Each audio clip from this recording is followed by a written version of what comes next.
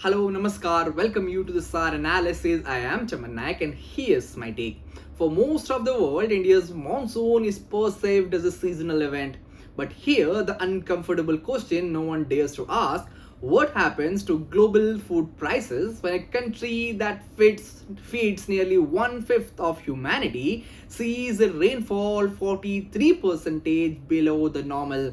Because India has identified 111 districts as most vulnerable district for weak monsoon, and in this district less than 25% of farmland has irrigation. That means the millions of farmers are not waiting for the better weather, they are waiting for survival. And this is where this weather is becoming more than just a geopolitical event. And here's what evidence speaks about, because the evidence is increasingly difficult to ignore. India's monsoon is showing the sign of stress with rainfall deficit across key agricultural regions. They are not just marginal commodity, because government has prepared a contingency plan for 315 districts.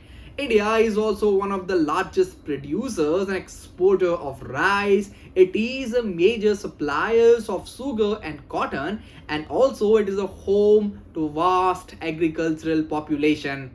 That means a delayed monsoon can shrink the sowing window, a weak monsoon can reduce the yield, and a failed harvest can force the government to make difficult choices.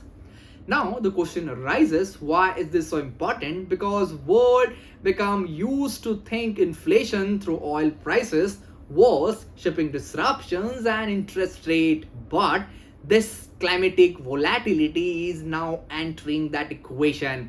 If the crop production weakens, global buyers from Africa to Middle East and Southeast Asia could face the higher food import cost.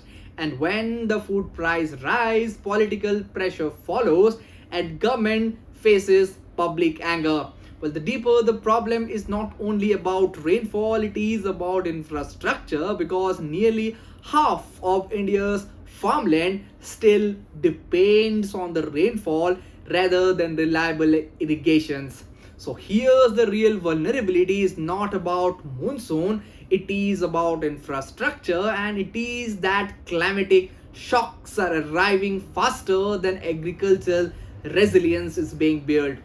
Now here's my take. The global economy is still treating climatic risk as a future threat, but for farmers in India or for farmers of this vulnerable district is already facing this present day economic crisis.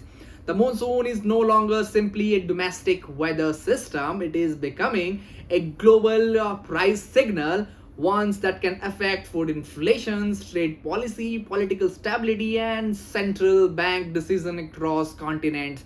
Well, the question is not whether can India manage one week monsoon or not. The question is when the next climatic shock hits the major food producing nation, will the world have enough time to respond or not? Let me know in the comment section. And that's all from today's analysis. I will be back with another episode. Till then, thank you for watching this.